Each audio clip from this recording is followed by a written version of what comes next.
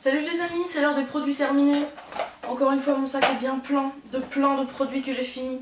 Alors je vais me lancer immédiatement.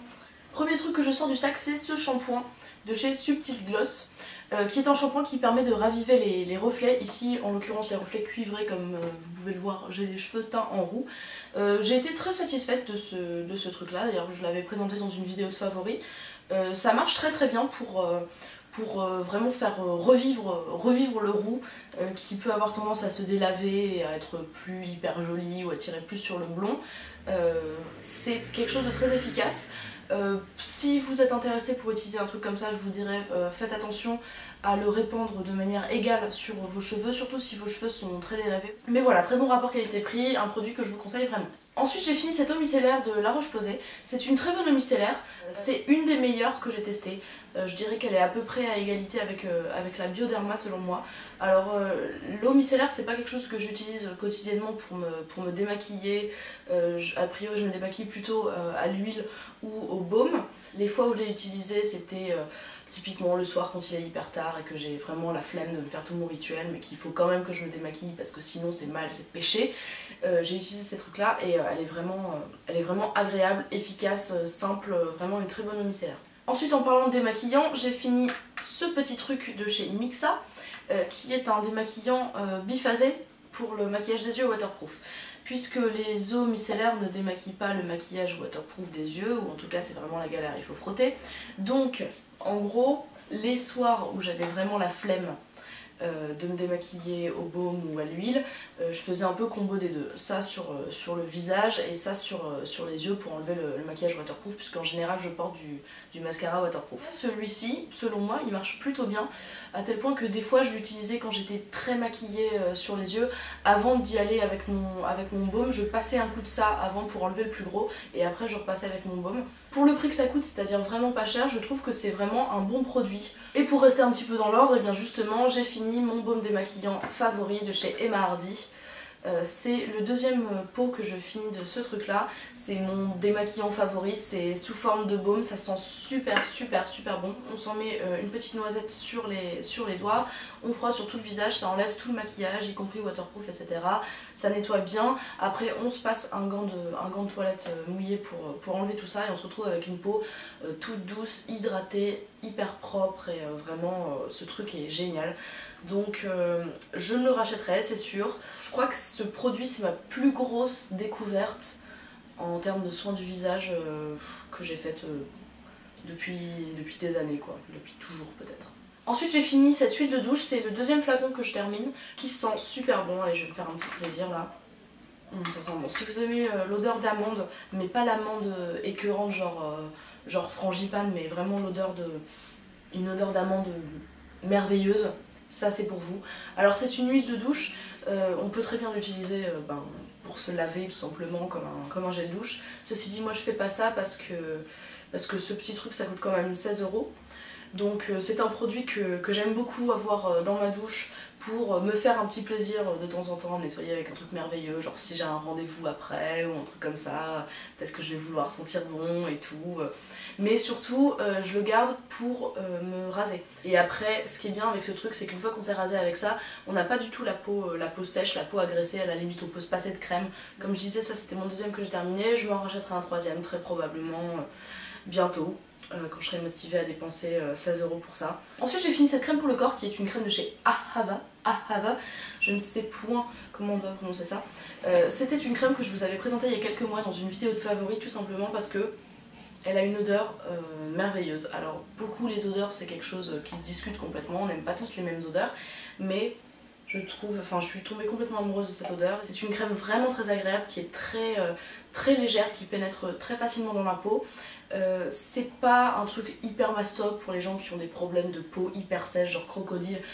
C'est pas quelque chose que je vous conseillerais, c'est pas ce genre de produit là, mais c'est pour moi ça a été un plaisir pendant longtemps de sortir de temps en temps cette crème et de m'en mettre un petit peu. Je pense pas que je rachèterai ce produit, parce que la crème pour le corps c'est pas un indispensable pour moi, et puis c'était quand même assez cher, donc voilà, ça a été un plaisir pendant un moment. Si vous ne l'avez jamais testé, je vous conseille d'aller la sentir, d'aller voir ce que ça donne. mais voilà. Ensuite très rapidement j'ai fini ce gommage pour le corps Spa Wisdom Africa du Body Shop. J'adore le packaging. Ça c'est un truc trop cool, je trouve, le truc genre bocal de confiture à l'ancienne, sympa. Je ne rachèterai pas ce truc là, pas parce que c'était particulièrement mauvais, c'était relativement agréable, ça a duré relativement longtemps et tout, c'était sympa, c'était un produit sympa, mais tout simplement le principe du gommage pour le corps, je trouve que c'est une dépense un petit peu inutile, je trouve, parce que je m'en sors vraiment mieux avec mes gants qui grattent et voilà, donc c'est pas la peine de dépenser de l'argent et de faire des déchets en plus. Body Shop toujours, j'ai fini ce shampoing Rainforest Moisture qui est un shampoing sans silicone, sans sulfate, sans colorant, sans parabènes, blablabla. Bla bla bla. J'ai essayé de trouver un shampoing un petit peu clean, même si c'est pas une préoccupation énorme dans ma tête. Ce jour-là, je m'étais dit tiens, je vais m'acheter ça. C'était... Franchement, je vais pas rester 10 ans sur ce produit. J'ai trouvé ça ni merveilleux, ni nul. Du coup, je le rachèterai probablement pas parce que j'aime bien changer de shampoing, je ne suis pas fidèle à un shampoing, voilà. Un autre shampoing que j'ai terminé, c'est celui de Chlorane au lait d'avoine. Pour moi, les shampoings Chlorane, c'est vraiment les meilleurs, le top du top des shampoings. À chaque fois que j'ai testé un shampoing Chlorane, j'étais toujours super contente. Mon préféré, c'est celui à la pulpe de cédra, je trouve mieux que celui-ci. Celui-ci, c'est un shampoing vraiment très très doux. Il veut rien faire d'autre que être hyper doux pour votre crâne et hyper doux pour vos cheveux. Ceci dit, il y a des sulfates dedans, donc bon à savoir si vous essayez d'éviter les sulfates. Mais si vous ne faites pas partie des gens qui veulent éviter les sulfates et que vous cherchez un shampoing juste qui fait le boulot sans agresser votre crâne et qui laisse vos cheveux bien doux, sympa après, c'est un très très bon shampoing. Qu'ai-je fini d'autre? Cette petite crème contour des yeux Vinosource SOS de chez Caudalie. Pour les yeux sensibles, moi je n'ai pas les yeux particulièrement sensibles, mais j'étais attirée par cette crème parce qu'elle est très légère et moi j'ai pas du tout envie de me mettre un truc ultra gras sur le contour des yeux, ça me gonfle. J'ai pas d'avis d'experte du tout sur les contours des yeux parce que déjà je suis jeune donc j'ai pas vraiment de rides à combler, etc. Et puis en plus je n'y connais rien. Ceci dit, elle était très agréable, pas trop riche. Selon moi, elle a rien fait d'extraordinaire, mais en même temps j'ai jamais vu un contour des yeux qui fasse des choses extraordinaires. Donc voilà. Un truc extraordinaire que j'ai fini, c'est cette crème de chez Kiehl's, le Skin Rescuer, qui est certainement la crème que j'ai préférée dans toutes les crèmes que j'ai testées dans ma vie, vraiment. Cette crème, c'est en fait une crème très simple. Elle hydrate la peau, mais elle ne la graisse pas. Elle est très bien pour ma peau qui est normale, a tendance à déshydrater, et surtout pour ma peau qui a tendance à faire des comédons et avoir les pores qui se bouchent. Cette crème ne m'a pas du tout bouché les pores, ne m'a pas du tout créé de problème de boutons, etc. Ce qui est déjà pas mal parce que souvent les crèmes, dès qu'elles sont un tout petit peu trop riches, je commence à faire des boutons, des micro-kystes, etc. Ça ne l'a pas du tout. Elle m'a laissé vraiment la peau, je sais pas, en bonne santé. Elle avait moins tendance à faire des rougeurs. Elle est très agréable à utiliser, c'est un format très économique puisqu'il y en a beaucoup dedans, ça dure longtemps. Elle vous laisse la peau juste bien, vous pouvez vous maquiller dessus sans problème, ça glisse pas, c'est pas la merde. J'utilisais matin et soir et je l'aime beaucoup. Alors en ce moment je suis en train d'en tester une autre, donc j'essaierai de voir si elle est aussi bien. Pour l'instant je peux pas me prononcer, mais je reviendrai probablement à cette crème là un jour quand j'aurai fini un peu celle que j'ai en stock. J'ai fini ce tonique de chez Michael Todd qui ne m'a pas spécialement transcendée. C'est un tonique qui est censé être à la fois hydratant et avoir une action anti-inflammatoire, donc je me disais c'est bien pour ma peau déshydratée qui a tendance à faire des boutons, vous l'avez compris, mais je pense que ce tonique n'était pas vraiment pour moi parce que je pense que ma peau était un petit peu trop sensible et ce truc est vraiment très aromatique en fait, ça sent vraiment hyper fort la lavande, etc. Donc ça sent plutôt bon.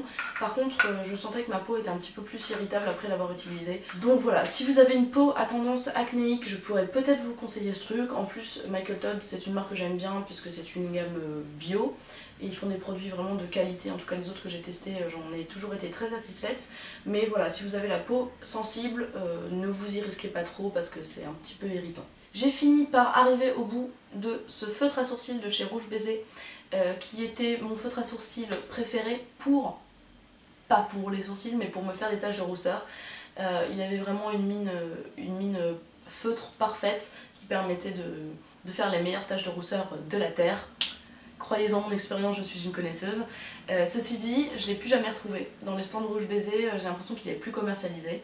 Donc je suis un peu triste et je me suis racheté autre chose à la place qui est selon moi moins bien. Qu'ai-je fini d'autre? Le Mava Dry. C'est un top coat de chez Mavala qui est censé accélérer le séchage du vernis et faire briller l'ongle, un peu dans l'ambiance sèche-vite, si vous connaissez le sèche-vite. C'est un produit dont j'étais extrêmement satisfaite jusqu'à ce que je m'achète le sèche-vite aux États-Unis et que je me rende compte qu'il fait sécher beaucoup plus vite le vernis.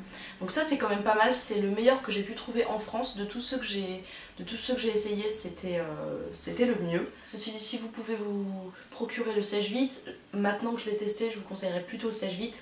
Ceci dit, le sèche-vite est plein de grosses merdes.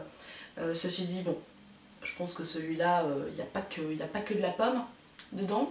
Donc quand j'aurai fini mon sèche-vite et que je ne retournerai pas aux États-Unis, puisque oui, je n'y vais pas spécialement souvent, eh bien je me rachèterai le Mava Dry. J'ai aussi fini ce tonique de chez Antipode. Antipode, une marque que j'aime beaucoup, qui fait des produits qui sont pour la plupart bio, qui sont tous absolument merveilleux à utiliser, super agréables, qui sont tous super bons, etc.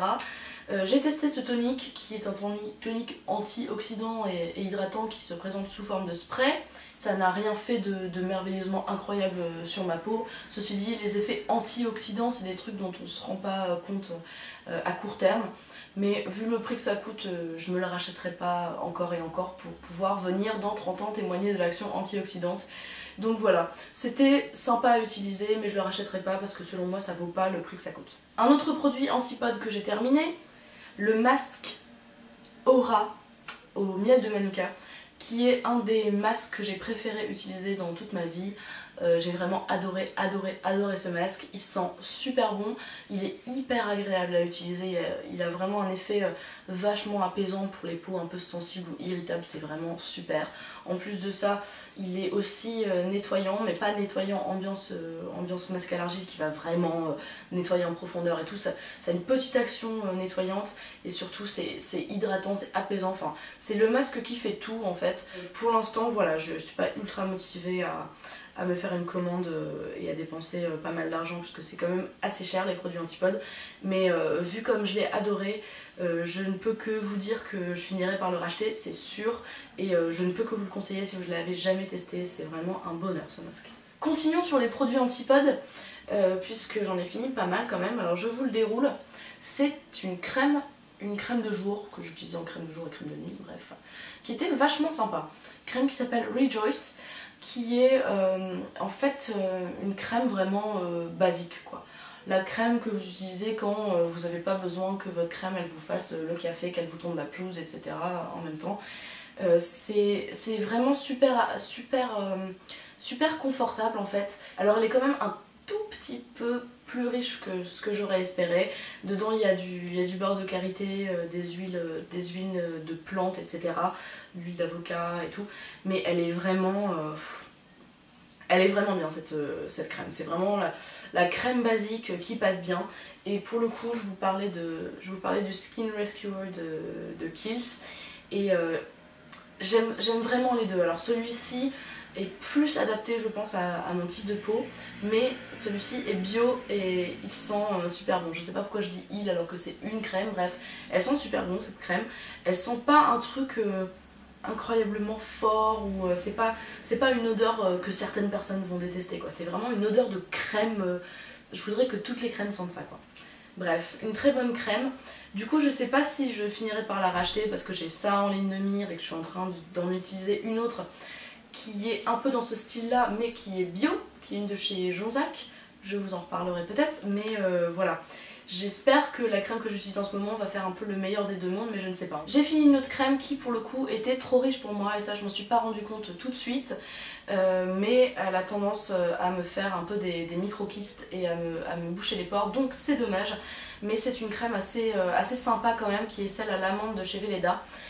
Donc je la rachèterai pas parce que pour moi elle est trop riche. Ceci dit, si vous avez une peau sensible et sèche, je peux vraiment vous conseiller celle-ci parce que c'est sûr qu'elle donne une sensation de confort qui est vraiment sympa, surtout en hiver. Mais voilà, moi je n'y retournerai pas.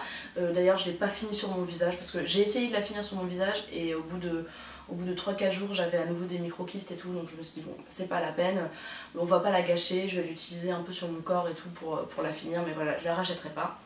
Mais ça n'en fait pas pour autant un mauvais produit, il est juste pas adapté à ma peau. J'ai fini la BB Crème Light en format petit de Herborian. C'est certainement une de mes BB crèmes préférées. Je trouve qu'elle est vraiment top. La formule light est vraiment parfaite pour mon type de peau. Je trouve qu'elle a un finish super joli, satiné, vraiment unifiant, super beau. La couleur pour moi est parfaite. Et je ne sais pas si je la rachèterais parce que j'ai tellement de produits de teint que c'est vraiment pas la peine. Mais si jamais je perdais tout mon maquillage et qu'on me disait tu ne peux te racheter qu'une seule bébé crème, j'irais probablement me racheter celle-là. C'est vraiment un très bon produit. Ensuite j'ai fini ce truc, ce gel huile démaquillant douceur du Body Shop qui est certifié bio, donc j'avais voulu le tester. Mais j'ai pas spécialement adoré ce truc. Déjà je trouvais qu'il puait. Alors, une odeur, ouais, j'aime pas cette odeur, je sais pas pourquoi mais j'aime pas. Et j'ai pas trouvé ça extraordinaire, je trouvais que ça démaquillait pas très bien. C'était pas super pour démaquiller, c'était un peu au début un peu collant, après huileux, enfin bon, voilà. Pas du tout impressionné par ce produit. J'ai fini ce qui est selon moi le meilleur masque pour les cheveux abîmés et les cheveux secs que j'ai testé dans ma vie, c'est celui de Phytospécifique qui s'adresse normalement aux personnes qui ont les cheveux frisés crépus. C'est un masque nutrition intense à la moelle végétale. Si vous avez les cheveux vraiment défoncés, décolorés, colorés ou je ne sais quoi, je ne peux que vous conseiller ce truc là, c'est génial. Le seul problème que j'ai eu moi avec ça, c'est que j'ai jamais réussi à utiliser la pompe. J'ai dû ouvrir le truc, enlever, enfin c'était assez pénible à utiliser, mais le masque est tellement bon que ça valait quand même le coup de se casser la tête. Typiquement je vous conseillerais pas d'en mettre jusqu'aux racines, c'est pas une bonne idée. D'ailleurs moi en ayant les cheveux courts j'avais un peu de mal à en mettre que sur le bout, parce que quand on en met jusqu'aux racines c'est tellement riche que forcément ça fait regresser les cheveux un petit peu plus vite. Mais en tout cas si vous avez les cheveux longs abîmés, que vous cherchez un masque vraiment super, Phytospécifique mes amis, retenez ça. Et nous fermons le chapitre des produits terminés pour ce mois-ci avec ça, un de mes produits favoris de tous les temps. Alors ce truc, je l'adore, mais comment vous dire à quel point je l'adore. Bon déjà il m'a duré super longtemps, juste comme ça en passant, il m'a duré environ 1 an et demi, donc selon moi il vaut complètement son prix. Si vous vous posez la question, je trouve que oui, on en met très peu. Ça sent super bon. Ça sent la lavande et tout, enfin c'est vraiment génial. Ça se présente sous forme d'huile, un peu comme une huile sèche en fait. On en met quelques gouttes sur son visage et enfin sur ses mains, on tapote, on en met un peu comme ça le soir, soit tout seul si vous n'avez pas la peau sèche, soit en dessous d'une crème de nuit, un peu comme vous voulez en fait. Et ça rend la peau vachement plus belle, ça la repose, ça aide les petites rougeurs à partir, ça l'aide aussi à cicatriser plus facilement. Enfin c'est vraiment un produit que j'adore complètement. Donc je le rachèterai, c'est sûr. Je suis complètement convertie à ce truc là maintenant, j'aime tellement ce truc. Pour l'instant je suis en train de tester une autre huile de nuit du même genre, qui est une de la marque Caudalie au polyphénol ou un truc comme ça. C'est pas aussi bien pour moi, c'est pas aussi bien. Alors ça veut pas faire exactement la même chose, donc peut-être qu'un jour je vous comparerai un peu les deux pour si jamais ça vous intéresse. Mais ça c'est vachement plus agréable, et puis surtout ça a l'avantage d'être une huile sèche. Du coup même si vous avez la peau grasse, vous pouvez utiliser un truc comme ça, vous en mettez pas beaucoup. Mais c'est vraiment pas une huile grasse, huileuse quoi. C'est un truc genre ça va pénétrer dans votre peau et c'est super agréable, super efficace, enfin voilà, une petite merveille ce truc. Voilà, cette vidéo est maintenant finie, je vais vite la terminer puisque j'ai presque plus de batterie et ça reste de couper à chaque seconde. Mais en tout cas je vous souhaite une très bonne journée, une très bonne soirée et je vous dis à très bientôt. Salut!